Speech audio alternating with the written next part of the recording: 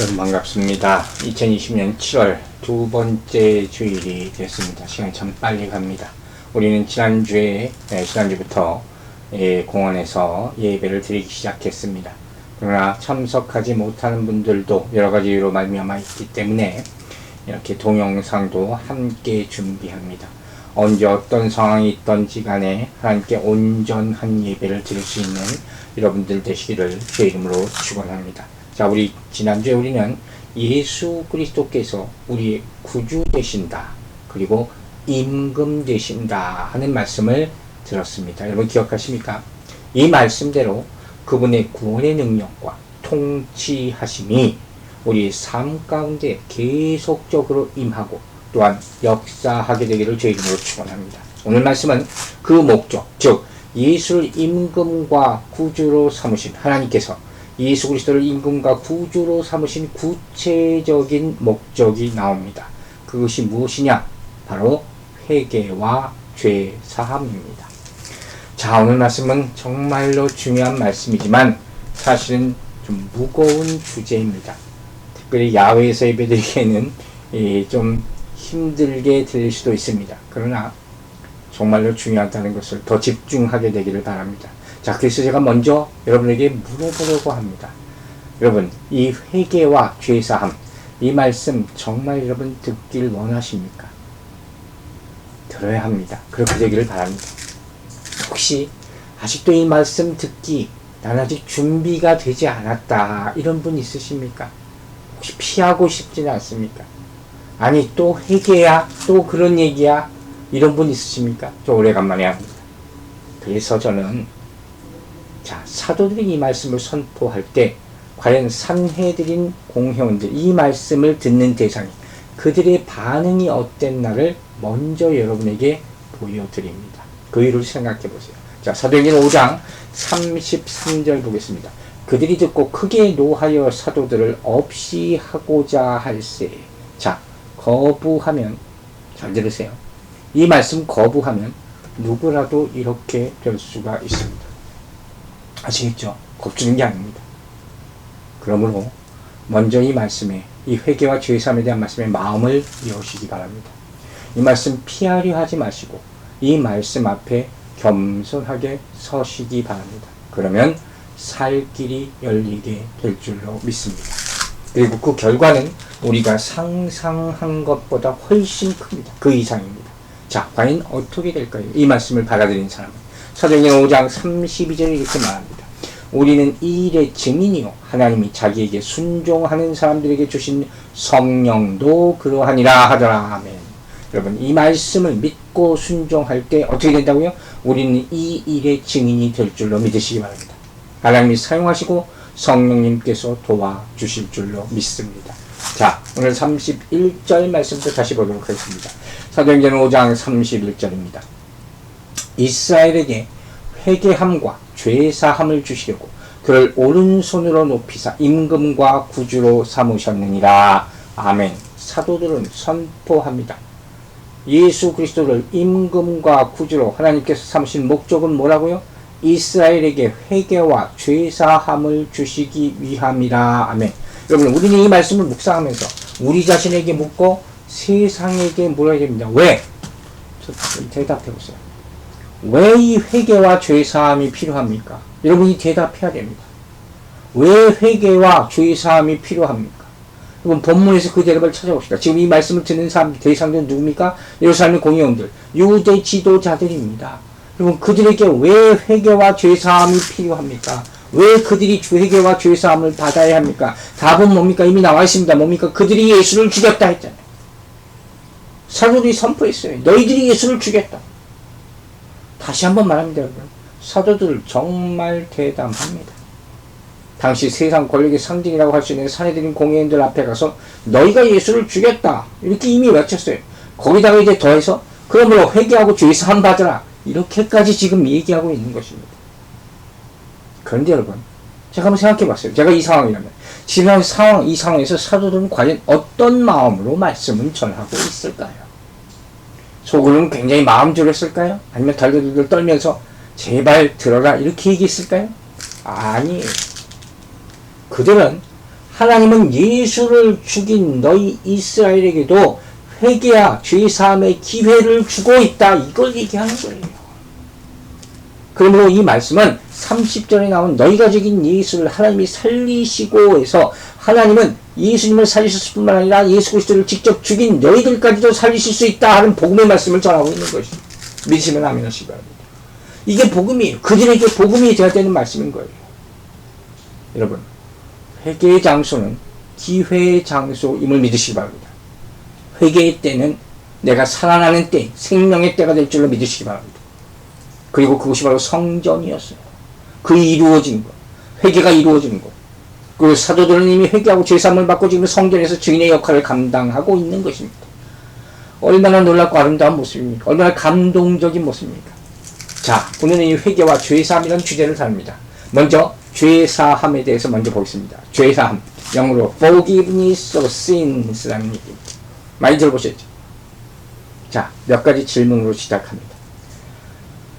이제까지 제가 회개에 대해서 죄사함에서 말한 패턴과 오늘 설교는 조금 다를 것입니다. 먼저 첫 번째 질문입니다. 여러분, 심플합니다. 죄사함은 무엇입니까? 죄를 사해 주시는, 글자 그대로부터 항상 생각하고 있어요. 쉽게 생각하세요. 죄를 용서해 주시는 것, 그게 죄사함입니다. 맞습니까? 믿으시면 아멘 하시기 바랍니다. 두 번째 질문입니다. 여러분에게 필요합니까? 다시 묻습니다. 여러분에게 이 죄사함이 필요합니까?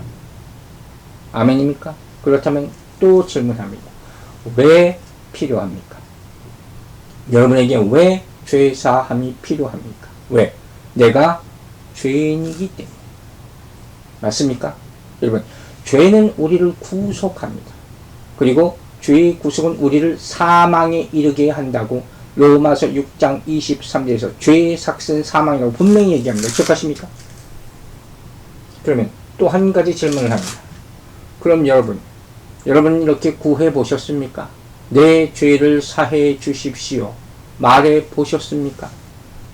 아니면 목사가 이렇게 얘기할 때 그냥 조그맣게 아멘만 하셨습니까? 여러분, 오늘 직접 구하시기 바랍니다. 내 죄를 사해 주십시오. 하나님이 놀라운 응답을 해 주실 줄로 믿습니다. 여러분, 우리는 왜 죄사함을 구해야 합니까? 그걸 알고 구하시길 바랍니다. 왜 죄사함을 구해야 됩니까? 바로 죄사함의 결과는 자유함이기 때문입니다. 믿으시면 아멘 하시기 바랍니다. 즉, 죄라는 구속, 속박에서 완전히 벗어난 것을 얘기하는 것입니다. 그뿐입니까? 죄사함 받으면 어떻게 되는지 아세요? 하나님과 화목하게 될 줄로 믿으시기 바랍니다. 할렐루야. 죄사함은 우리를 죄의 권세에서 완전히 벗어나서 생명에 이르게 하는 능력임을 믿으시기 바랍니다. 자, 그러면 사도들은 왜 이 말씀을 전합니까? 유대인들이 죄사함에 대해서 모르고 있었기 때문에 엄청난 비밀이죠. 그들이 구원에 대해서 알지 못하고 있고 그들에게 죄사함이 필요하기 때문에. 맞습니까? 우리는 왜 전해야 합니까? 지금 세상이 예루살렘 공회원들과 다를 바가 하나도 없기 때문에. 여러분, 이 마음이 들면 마음속에서 내가 꼭 이 말을 전해야지 사명감이 복받쳐 오르게 돼요. 그렇게 되기를 주님의 이름으로 축원합니다. 우리가 이 말씀을 세상에 전해야 될 이유는 바로 죄사함, 하나님과의 화목해 되는 일, 이것이야말로 세상 사람들에게 지금 가장 필요한 일임을 깨닫지 못하고 있기 때문에. 그래서 우리는 이 말씀이 지금 이 시대, 지금 이 장소에서 필요한 말씀임을 믿습니다. 자, 그렇다면 우리는 뭘 전해야 됩니까? 이 죄사함에 대해서 말하기 위해서 그냥 하나님이 죄를 사해 주셨다, 이것으로 끝입니까? 믿어라 이겁니까? 무조건 믿어라 입니까? 아닙니다. 이 시대는 그걸로 받아들이지 않는 시대예요. 자, 어떻게 설명해야 되는지가 순서적으로 얘기하겠습니다. 오늘 다 얘기를 못하지만 핵심적인 부분만 얘기합니다. 첫 번째, 우리는 세상에 대해서 무엇을 말해야 됩니까? 이 세상의 문제, 지금 나의 문제가 하나님과의 관계가 잘못됐기 때문에 파생된 것이라는 것을 일깨워줘야 돼요. 맞습니까, 여러분? 우리가 무슨 문제가 생길 때 항상 하나님과의 관계, 수직적인 관계를 먼저 생각하라, 저는 얘기한 바 있습니다. 왜 이렇게까지 되었을까? 대답은 하나입니다. 세상이 이렇게 된 것은 아주 오래전에 인간이 하나님께 잘못을 저질렀기 때문부터 죄를 저질렀음으로 말미암아 시작된 것이에요. 그 말미암아 관계가 뒤틀어지고 관계가 막히게 되고 그때부터 도망치고 피하게 된 것. 이것이 인간의 모습이고 우리의 모습이에요. 사랑하는 여러분, 우리가 첫 번째 기억할 것이 있습니다. 하나님이 우리를 창조하셨다는 사실을 잊지 마시기 바랍니다. 그것이 우리의 정체성이에요. 피조물입니다. 하나님의 형상대로 만들어진 피조물. 우리는 하나님에 의해서 창조되었고, 믿습니까? 하나님을 위해서 창조되었고, 믿습니까? 그리고 하나님의 관계를 위해서 창조되었다는 사실을 잊지 마시기 바랍니다. 하나님은 당신의 형상대로 우리를 이렇게 창조하셨습니다. 그것뿐만 아닙니다. 두 번째로 하나님은 우리의 안에, 우리의 본성에 기본적인 법칙을 심어 넣으셨습니다. 알고 계십니까? 하나님이 우리 안에 율법을 넣어주셨어요. 법을 넣어주셨어요. 그게 뭐냐? 로마서 1장 19절에서 이렇게 얘기합니다. 제가 아주 좋아하는 구절이에요. 이는 하나님을 알만한 것이 그들 속에 보입니다. 하나님께서 이를 그들에게 보이셨습니다. 즉, 우리는 하나님의 형상대로 지어졌고, 하나님은 우리 안에 뭘 넣어주셨어요? 보이지 않는 율법, 양심을 넣어주셨음을 믿으시기 바랍니다. 아시겠습니까? 자, 그렇다면 어떻게 해야 됩니까? 하나님이 우리를 지으시고 어떻게 살라고 법까지 알려주셨다면 우리는 어떻게 살아야 돼요? 하나님께 절적으로 의존하고 살아야죠. 그 뜻대로 순종하고 살아야죠. 그래야 하는 존재예요. 다시 말해서 우리는 그를 절대로 피할 수 없습니다. 도망치려 하지 마세요. 그럼 야곱 같은 인생으로 살지 맙시다. 인생이 도망 아닙니까? 어떻게 보면 우리 똑같아요. 하나님을 안다고 생각하고 경배한다고 하면서도 계속 피해 다니는 인생. 여러분, 제가 왜 계속 여러분한테 말씀을 보내주시는지 아십니까? 왜 계속 메시지를 보내드리는지 아십니까? 아침에, 점심에. 왜? 하나님과 가까이 하라고. 하나님으로부터 멀어지지 말라고. 믿으시면 아멘 하시기 바랍니다. 여러분, 우리는 하나님의 법 아래에 있습니다. 하나님의 통치를 받는 사람들입니다. 그래서 그것에 거스를 때마다 갈등과 문제가 생길 수밖에 없는 것이에요. 맞습니까? 그 결과 하나님께 멀어지게 되는 거예요. 점점 당연한 거죠. 이 모습을 에베소서 4장 18절이 정확하게 이렇게 표현해요. 그들의 총명이 어두워지고 그들 가운데 있는 무지함과 그들의 마음이 굳어짐으로 말미암아 하나님의 생명에서 떠나 있도다. 이게 우리의 모습이에요. 죄를 짓는 인간의 모습이란 말이에요. 즉 성경의 가르침, 사도들이 산헤드린 앞에서, 이 공회원 앞에서 지정한 요점은 뭡니까? 그 요점은 온 사람이 하나님 앞에 죄를 지었기 때문에 이런 어려움이 야기되었다. 문제들이 생기게 되었다. 어려움이 생기게 되었다. 따라서 지금 가장 크고 첫째가 된 세상의 필요는 뭐냐? 바로 죄 사함 받는 일이다. 이걸 생각해요. 다른 문제를 아무리 해결하려고 해도 안 돼요. 일단 죄 사함 받는 일. 이게 중요하다는 것을 일깨워주고 있는 거예요. 이게 초대교회의 가르침 캐릭터만 하고. 자, 두 번째로 무엇을 전해야 됩니까? 우리가 전해야 될 것은 무엇이냐? 하나님 우리를 지으셨다는 거죠. 두 번째, 인간의 힘으로는 죄사함을 얻지 못한다 하는 사실 믿습니까? 수도 없이 들었던 말씀. 그러나 우리가 기억하고 잊지 않고 죄를 범하지 않고 그리고 선포해야 됩니다. 아직도 죄 가운데 있는 사람에게 반드시 얘기해야 될 말씀. 왜? 세상은 아직도 너 자신을 믿으라 해요. 점점 그 목소리는 커지고 있죠. 많은 사람들이 자기 힘으로 상황을 바꿀 수 있다고 계속 얘기한다고 그랬잖아요. 예수 믿지 않는 이유가 된다고 그랬어요. 또 어떤 사람은 자기의 선한 삶으로 하나님을 만족시킬 수 있다고 생각합니다. 성경은 잘못 읽으면 이렇게 착각하고 살 수 있습니다. 아직도 많은 사람들이 자기 힘으로 구원을 이룰 수 있다고 그렇게 착각하고 믿고 종교로 만들고 삽니다. 또 한 가지, 이런 사람도 있어요. 하나님 앞에 가서 잘못했어요 하면 다 되는 것으로. 그래, 난 이미 다 용서했단다. 아주 아름다운 겁니다.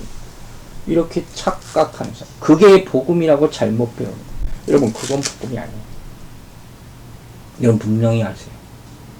죄사함을 주시는 분은 하나님 뿐입니다. 믿으시면 아멘 하시기 바랍니다. 에베소 2장 5절이 이렇게 얘기합니다. 허물로 죽은 우리를 그리스도와 함께 살리셨고 너희는 은혜로 구원을 받은 것이다. 얼마나 감사한 말씀입니다. 우리는 죽었는데 하나님이 은혜로 살리셨습니다. 여러분, 이 말이 무슨 소리인지 아세요? 성경에 따르면 사람은 죄로 말미암아 영적으로 죽은 상태예요. 하나님의 관계가 단절됐다는 영적인 죽은 상태인 거예요. 즉 아무것도 할 수 없는 영적인 일을 아무것도 할 수 없는 존재예요. 이것을 고린도전서 2장 14절에서 이렇게 표현합니다. 육에 속한 사람. 자 보세요. 육에 속한 사람은 하나님의 성령의 일을 받지 아니하나니 이는 그것들이 그에게는 어리석게 보이며 또 그는 그것들을 알 수도 없나니 그러한 일은 영적으로 분별되기 때문이다. 영적으로 단절됐다는 것은 육적이 되었다는 것이고 영적인 일은 절대로 분별하고 알 수가 없다는 거예요. 즉 인간 그 본성상 죄로 말미암아 영적인 지각, 즉 하나님을 알고 하나님 말씀을 듣고 하나님을 따르는 것이 완전히 이제 결여돼 버렸다고 성경 분명히 얘기합니다. 그래서 하나님을 믿지 않게 되었다는 것이 그리고 그 결과는 뭐냐? 시편 14편 1절은 이런 표현을 씁니다. 어리석은 자는 그의 마음에 이르기를 하나님이 없다 하는도다. 그들은 부패하고 행실이 가증하니 선을 행하는 자가 없도다. 하나님이 없으니까 내 마음에 하나님이 없으니까 선을 행할 수가 없는 거예요. 선을 알지 못하니까 선이 없으니까. 여러분 분명히 아세요. 내 힘으로는 안 돼요. 하나님이 계시해 주시지 않으면 우리는 하나님을 알 수가 없다고 성경은 얘기합니다. 당연히 하나님을 기쁘게 할 수도 없고 하나님의 계명은 지킬 수도 없다고 분명히 성경은 얘기합니다. 그래서 여기서부터 중요한 거죠. 그래서 하나님이 하신 일이 무엇이냐? 우리가 이렇게 죄 가운데 힘있고 영적으로 단절되어 있기 때문에 하나님께서 하신 일이 무엇이냐고요? 그 아들 독생자를 이 땅에 보내신 것입니다. 이 바로 예수 그리스도께서 이 땅에 오신 이유입니다. 믿으시면 아멘 하시기 바랍니다. 자, 그런데 문제는 이거예요. 여기서부터. 그러면 끝이냐? 하나님 내 아들을 보내줬잖아. 내 아들이 말씀 전하잖아. 이렇게 살면 돼. 이것으로 다 끝입니까? 이것으로 우리의 죄사함은 이루어집니까? 대답은 no. 아니에요. 자, 지금부터 잘 드세요. 여기에 바로 하나님의 어려움이 있습니다. 자, 무슨 말이냐? 여러분, 하나님께 뭐 어려운 게 있어요? 제가 그랬죠. 하나님의 어려움이 있다. 하나님의 어려울 게 뭐가 있습니까? 전지전능하신 하나님. 그냥 하나님께서 우리 보고 죄를 보고 용서한다, 사랑한다, 그래 그렇게 잘 살아, 착하게 살아 이러면 끝나는 거 아닙니까, 여러분? 그런데 그게 안 돼요. 왜? 잘 들으세요.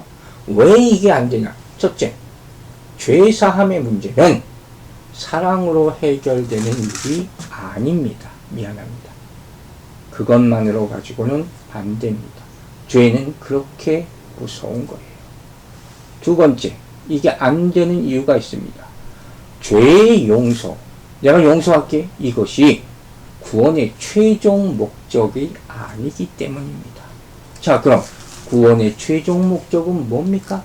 우리를 의롭다 하시게 하신 줄로 믿으시기 바랍니다. 맞습니까?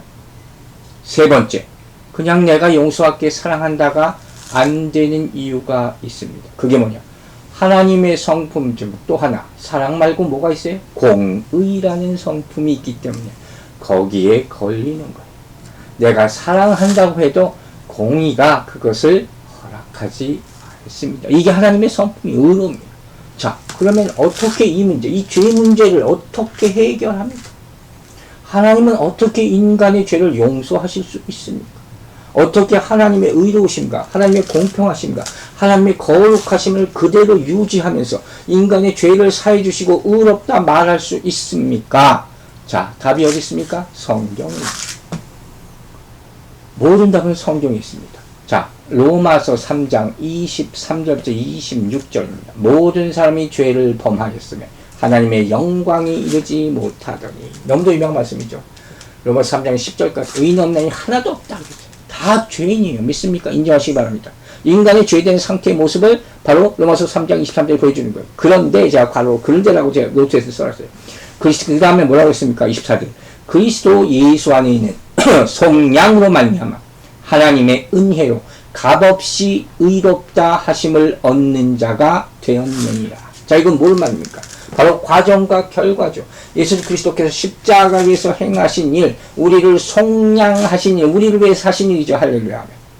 그 다음 25절 봅니다. 이 예수를 하나님이 그의 피로써 믿음으로 말미암아 화목제물로 세우셨으니 어디서 이뤘습니까? 십자가의 죽으심의 일.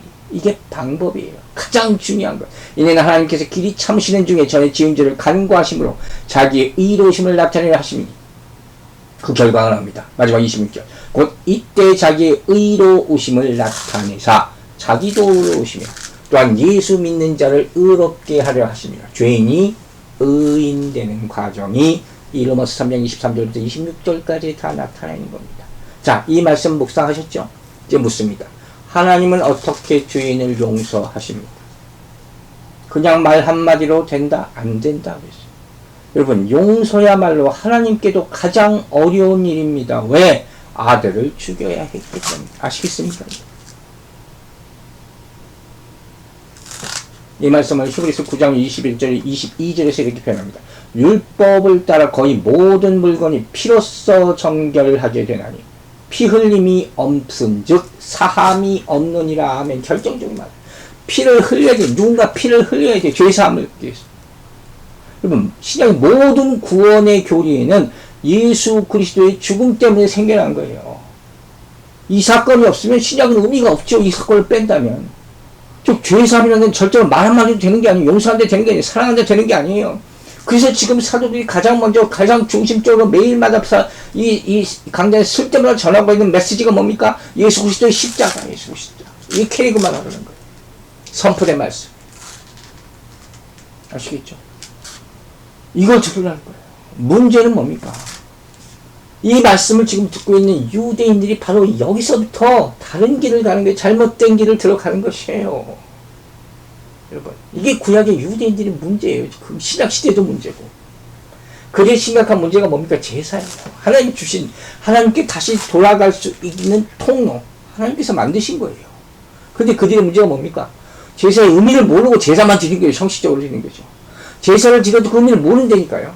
번제를 드리고 화목제를 드리고 희생제사를 드리고 짐승의 피를 뿌리고 이것이 모두 매요. 장래에 일어날 일을 예표하는 것이라는 것을 그걸 몰라요. 이걸 하나님이 장차 하실 일에 대한 예언이라는 걸 몰라요. 제가 항상 얘기하는 게 뭡니까? 제사장들이 짐승을 가지고 칼로 찔러주고서 피를 재단에 뿌린다고 했잖아요. 그럼 그 재물을 가지고 있는 사람은 그때 어떻게 하라는 거예요? 그냥 멍 찌르고 있습니까? 바라보고 있습니까? 그때 뭘 생각하라고요? 아하, 내가 저렇게 죽어야겠는데 저 짐승이 대신 죽는 거야. 계속이에요. 이게 있어야 돼요. 마찬가지예요, 여러분. 예배를 백날 드리면 뭐합니까? 예배 맨날 본다 그러지 말라고 했잖아요. 백날 드려도 의미를 모르고 드리면 의미가 없어요. 그냥 보고 가는 거예요. 내가 저렇게 죽는 거예요. 내가 만나야 되는 거죠. 내가 죄사함 받아야 되는 것이죠. 그러므로 설교자는 하나님은 사랑이십니다. 하나님은 우리 죄를 용서하십니다. 이렇게만 말하면 안 되는 거예요. 그리고 어떻게 해요? 십자가를 설명해야 됩니다. 그리고 듣는 사람들은, 청중들은 십자가를 체험해야 한다는 거예요. 그렇지 않으면 죄사함의 해결책은 없습니다. 믿으시면 아멘 하세요. 사랑하는 여러분, 하나님께서는 예수 그리스도께서 내 죄를 대신해서 십자가에 죽으셨다는 사실을 믿는 사람 누구에게나 죄사함을 주십니다.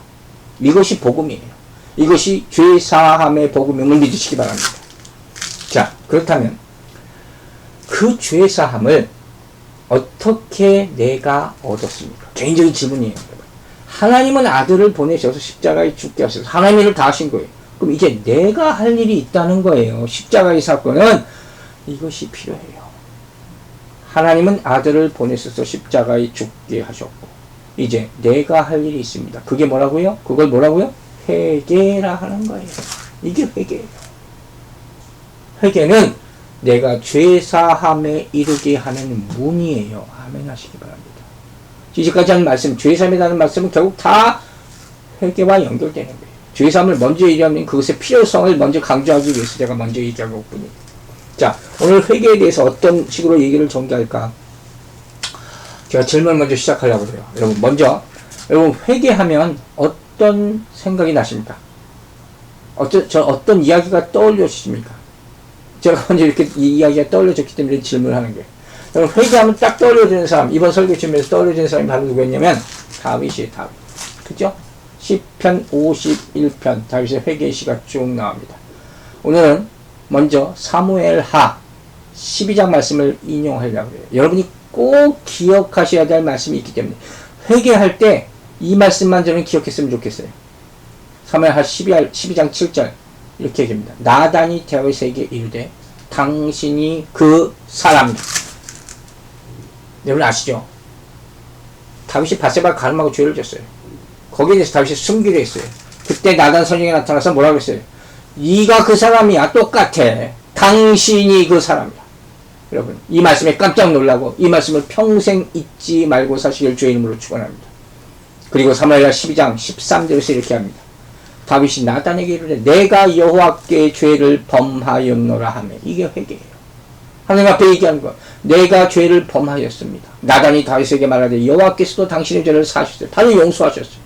당신이 죽지 아니하려니와 죄를 고백하고 하나님의 사해 주셨어요. 여러분, 이 말씀 잊지 마시기 바랍니다. 그럼 우리가 왜 회개의 말씀을 들어야 하느냐? 회개 없이는 죄 사함이 없기 때문입니다. 성경은 분명히 얘기합니다. 누가복음 24장 47, 48절 봅시다. 또 그의 이름으로 죄 사함을 받게 하는 회개가 예루살렘에서 시작하여 모든 족속에게 전파될 것이 기록되었으니 너희는 이 모든 일의 증인이라. 뭐라고 했어요? 죄 사함을 받게 하는 회개. 여러분, 이거 잘 아세요. 그래서 증인 되기를. 이게 증인이에요. 이 사람이 증인이에요. 주의 이름으로 축원합니다. 여러분, 복음의 메시지는 성경 전체를 볼 때 무엇보다 회개가 항상 우선이에요. 그렇게 성경에 나와 있어요. 이 순서는 절대로 변하지 않습니다. 이걸 전하지 않고 다른 메시지는 의미가 없기 때문에. 사도들도 보잖아요. 회개를 가장 죄사함의 앞자리에 얘기하고 있어요. 먼저 제가 순서를 바꿔서 오늘 설명하시죠. 우리 사도행전 2장 37절에서 형제들아 우리가 어찌할꼬 그랬죠. 그 바로 다음에 뭐가 있습니까? 너희가 회개하고 38절에 나와요. 회개가 우선이라는 거예요. 사도 바울도 회개에 대해서 계속 강조합니다. 자, 이걸 하나 드릴게요. 사도행전 17장 30절. 알지 못하던 시대는 하나님이 간과하셨거니와 이제는 어디든지 사람에게 다 명하여 회개하라 하셨습니다. 회개가 없으면 아무것도 안 돼요. 구약의 선지자들 말할 것도 없이 에스겔부터 많은 구절에서 메시지, 회개에 대한 메시지를 계속 전합니다. 반 이상. 신약의 메시지를 봐주시죠. 시작부터 회개예요. 세례 요한의 메시지가 뭡니까? 회개하라 천국이 가까웠더라. 그거 아니에요.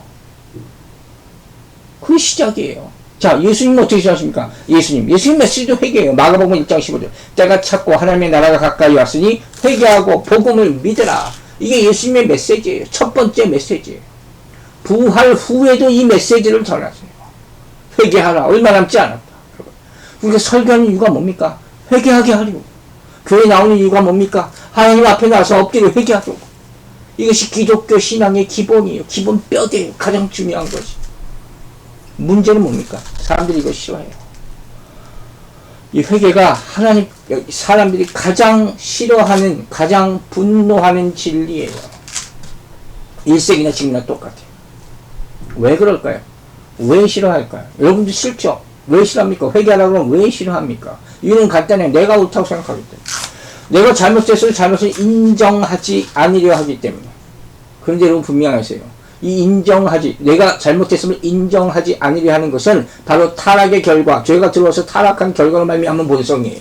그래서 생겨난 본성이에요. 그게 없어져야 되는 거예요. 창세기서부터 있던 거예요. 여러분, 사람들은 다 자기를 누군가 나를 비판하면 싫어해요. 근데 거기서 너 죄인이야, 회개 이러면 좋아하겠습니까? 그래서 현대교회 회개에 대한 메시지가 없는 거예요. 안타깝게도. 사랑해라. 용서한다. 이것만 강조해요. 실제로 진짜 그렇게 하지도 않으면서. 그렇게 정말 사랑합니까? 그렇게 다 용서했습니까? 그러면 세상이 이 꼴이 되겠습니까? 그래서 여러분 얘기하는 거예요. 지금 정말로 회개의 메시지로 돌아가야 될 때라는 거예요. 우리 코로나 바이러스 시작하면서 한 일주일 회개합시다. 쑥 들어갔어요. 쑥 들어갔어요, 여러분. 지금도 회개하고 계십니까? 여러분, 그렇다면 회개는 어떤 내용이 들어갑니까? 도대체 무엇이 회개라는 데 들어가야 됩니까? 회개 정의를 많이 들었죠. 하나님, 죄로부터 돌이켜서 하나님께로 가는 것, 다시 죄 가운데로 가지 않는 것, 죄에게 돌이키지 않는 것, 그게 회개라고 봐. 수도 없이 많이 들었어요. 오늘 좀 다른 방에서 설명을 합니다. 자, 회개라는 의미, 원어적인 의미를 보면 회개는 다시 생각하다 하는 뜻을 가진 라틴어에서 유래합니다. 뭐라고요? 다시 생각하다. 이것이 복음의 첫 번째 요청이에요. 듣는 사람에 대해서. 이 회개 메시지를 전할 때. 다시 생각해봐라.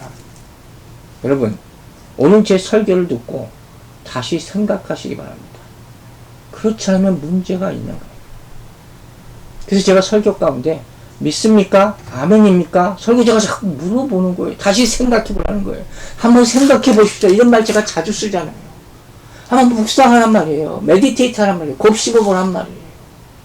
이게 바로 회개의 첫 걸음이 되는 거예요. 세상의 문제, 세상의 비극은 뭐냐? 말씀을 듣고도 다시 생각하지 않기 때문이에요. 그냥 아무 생각 없이 무의미하게 지나쳐버려요. 목사가 아무리 권면도 생각하지 않고 흘려보내고 자기 생각이 맞다고 오류하고 오히려 가르치려 하는 거예요. 얼마나 많이 보는지 몰라요. 그럼 제가 보통 때 그냥 여러분한테 뭐 그렇게 많이 권면도 안 하지 않습니까? 언제 합니까?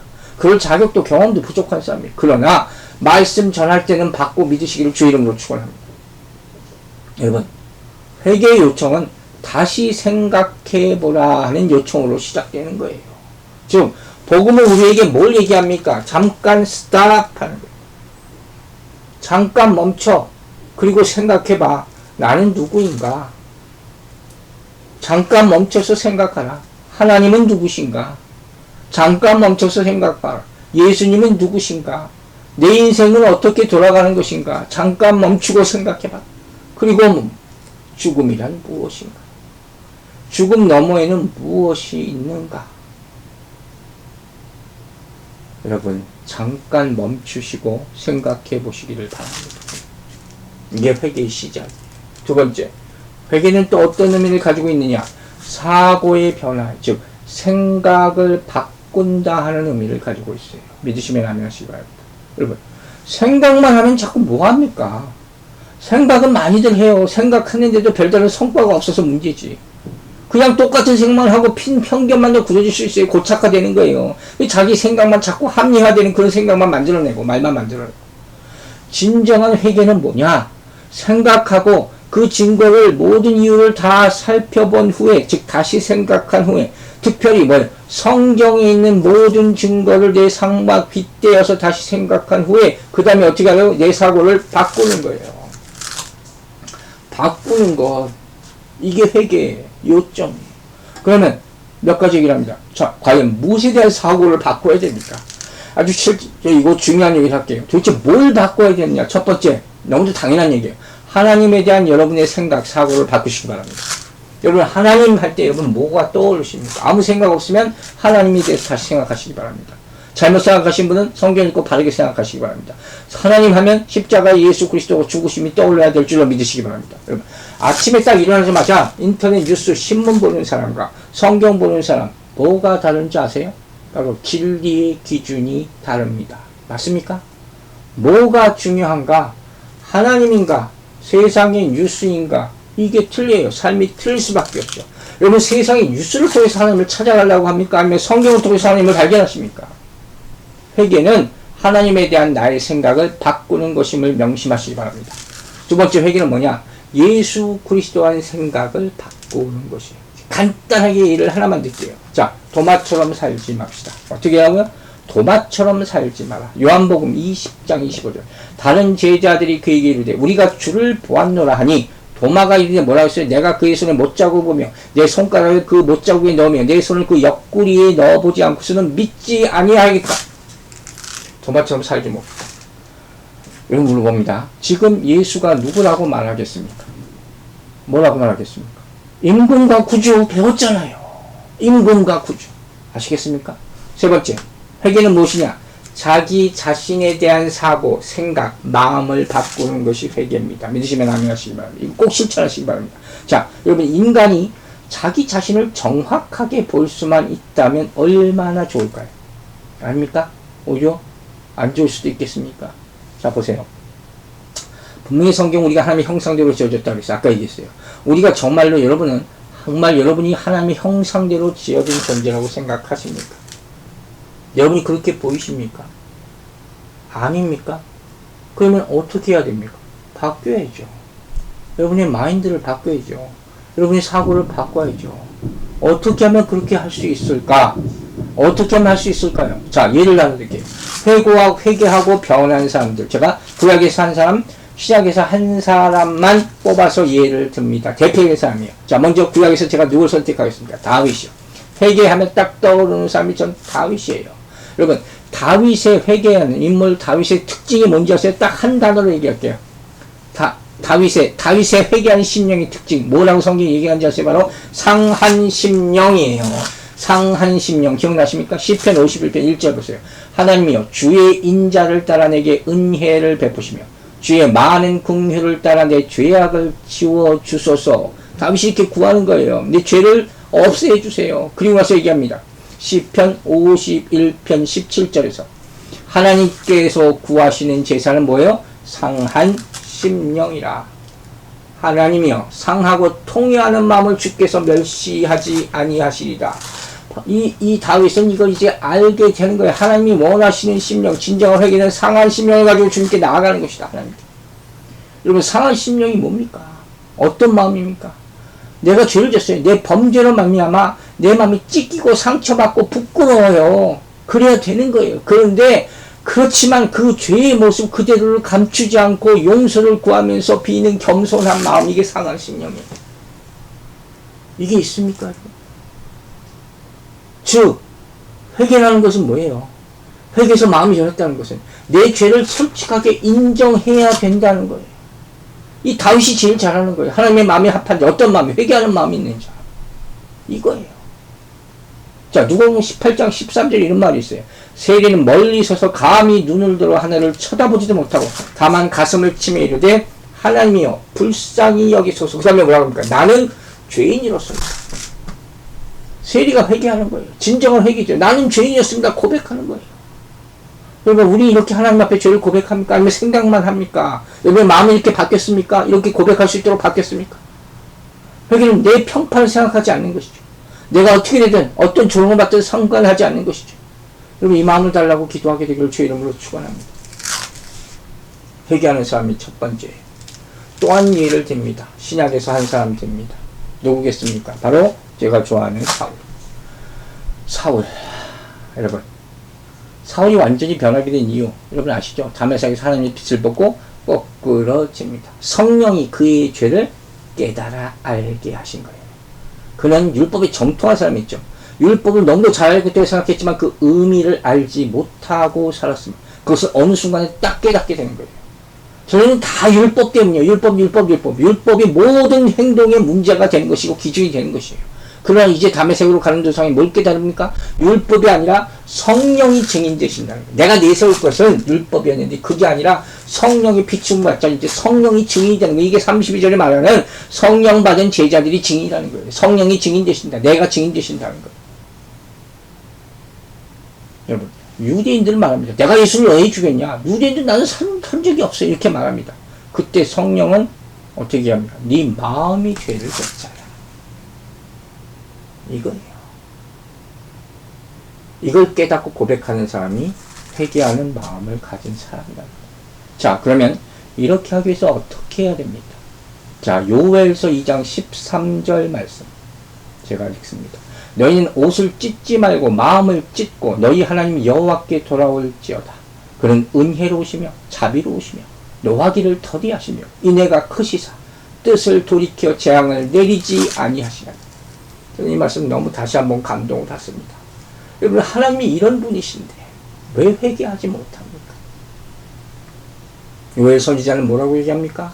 회개는 무엇입니까? 마음을 찢는 것. 마음을 찢는 것.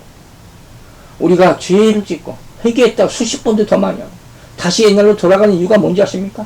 옷만 찢었기 때문에. 우리가 그 환란을 통과했다고, 전쟁을 겪고 많은 다툼과 어려움을 겪었음에도 불구하고 예전의 모습으로 자주 돌아가는 이유가 뭔지 아십니까? 마음이 회개하지 않았기, 마음이 찢지 않았기 때문에. 여러분, 그렇다면 이 마음의 회개란 도대체 뭡니까? 이게 회개의 가장 중요한 말씀인데 왜 마음의 회개란 뭡니까? 여러분 다시 하세요. 제 나름대로 정리한 거예요. 마음의 회개란 뭐냐? 그 회개가 하나님과 관련된 회개냐? 하나님 앞에 사는 회개냐? 아니면 혼자 비통해하는, 혼자 슬퍼하는 거냐? 혼자 인내하는 거냐? 혼자 이겨내려 하는 거냐? 이 차이에요. 얼마나 많은 사람이 여기서 잘못된 길 가는지 아십니까? 그리고 회개했다고 생각하는지 아십니까? 그리고 회개는 지적으로 내가 잘못한 것을 생각해보는 게 아니에요. 하나님을 생각하고 하나님을 정말 사랑하면 진짜로 회개하게 될 줄로 믿으시기 바랍니다. 그 결과를 알려드릴게요. 시편 97편 10절. 정말 회개한 사람의 모습이요. 여호와를 사랑하는 너희여 악을 미워하라. 그가 그의 성도의 영혼을 보존해서 악인의 속에서 건지시리라. 악을 미워하라. 여러분, 진정 악을 미워합니까? 예수 믿고 회개하시기 바랍니다. 그럼 악을 미워하게 됩니다. 그럼 나는 회개한 증거입니다. 그럼 우리가 예수 믿고 과거 돌아보지 말라고 그랬잖아요. 과거를 돌아볼 이유는 하나밖에 없어요. 내 과거, 내 죄를 회개하기 위해서. 믿으시면 아멘 하시기 바랍니다. 네 번째, 회개란 뭐냐? 간단히 얘기합니다. 회개는 자신의 삶의 방식에 대해서 다시 생각하는 것입니다. 짧게 얘기합니다. 여러분, 아직도 마지못해 삽니까? 죽지 못해서 삽니까? 근근히 삽니까? 할 수 없이 삽니까? 이제부터 어떻게 살아야 됩니까?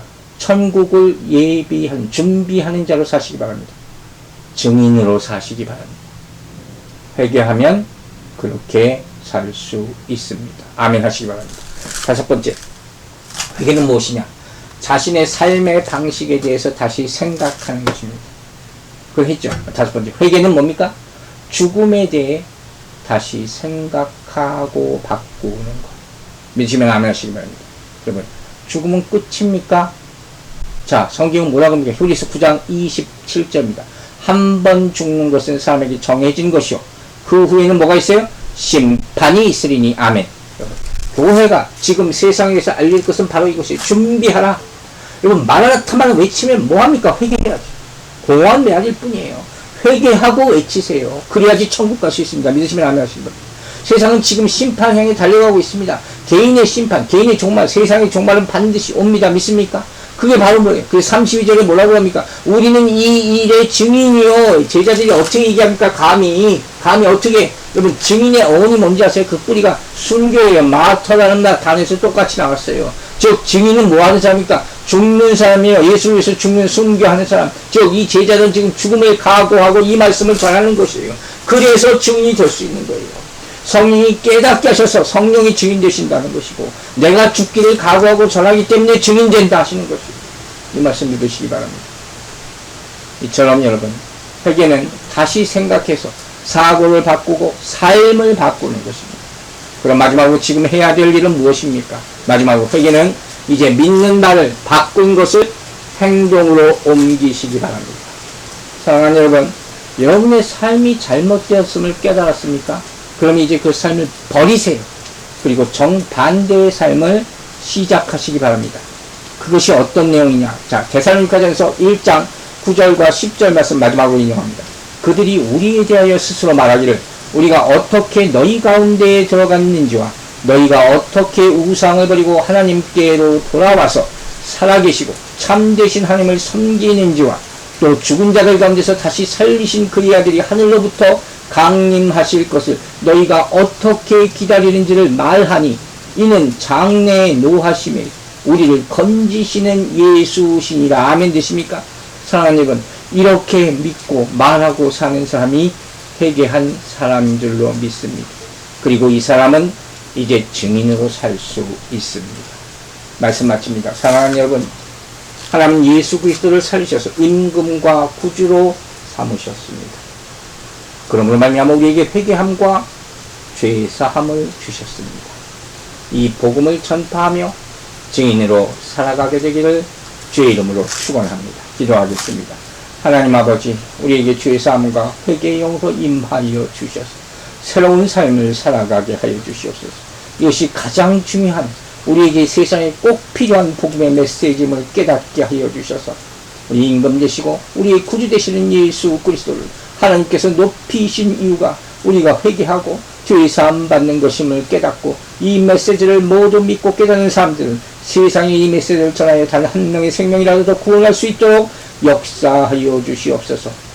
이 세상에 예수 그리스도의 복음이 다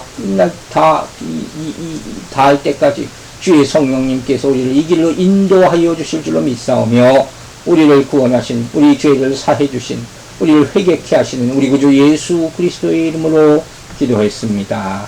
아멘.